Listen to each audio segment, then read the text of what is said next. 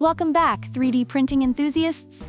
Today, we're putting two popular 3D printers to the test, the Anycubic Kobra 2 Neo and the Creality Ender 3v3 SE.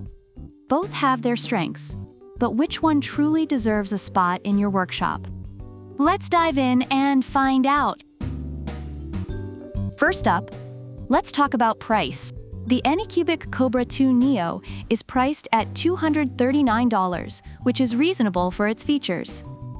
However, the Creality Ender 3v3 SE comes in at $219, making it the more budget-friendly option. According to reviews, many users appreciate the affordability of the Ender 3v3 SE, especially for beginners. So if you're looking to save a few bucks, the Ender 3v3 SE takes this round. Next, let's discuss speed. The Kobra 2 Neo can reach a max print speed of 250 mm per second with a recommended speed of 150 mm per second. Reviewers have praised its rapid prototyping capabilities. On the other hand, the Ender 3v3 SE also boasts a max speed of 250 mm per second, but with 2,500 mm per square second acceleration, which some users find to be a game changer. Both printers are fast, but the Ender 3v3 SE's acceleration gives it a slight edge in this category. Moving on to the extruder and cooling system. The Kobra 2 Neo features a newly upgraded extrusion system and a 7,000 revolutions per minute cooling fan, which users have found to be highly effective. Meanwhile, the Ender 3v3 SE comes with the Sprite Direct Extruder and a 32-bit silent mainboard. Users have noted that the Ender 3v3 SE operates quietly and efficiently. If silent operation is key for you, the Ender 3v3 SE might be the better choice. Leveling is crucial for successful prints. The Kobra 2 Neo uses the LeviQ 2.0 automatic leveling system, which has received positive feedback for its ease of use.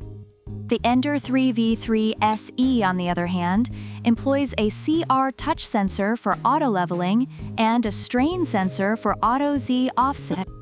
Reviewers have praised the dual sensor system for its precision and reliability. In this category, the Ender 3v3 SE's dual sensors give it an edge. Customer service is an important consideration. The Kobra 2 Neo offers a 1-year after-service warranty, with specific periods for the print head and heated bed.